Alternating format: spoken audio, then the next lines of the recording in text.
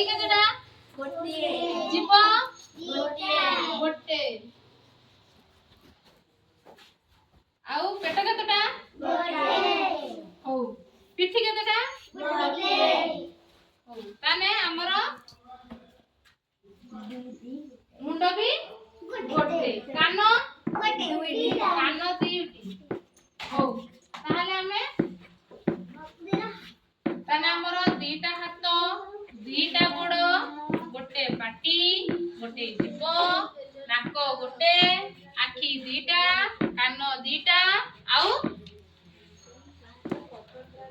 ପେଟ ବି ଗୋଟେ, ପିଠି ବି ଗୋଟେ। ହଉ।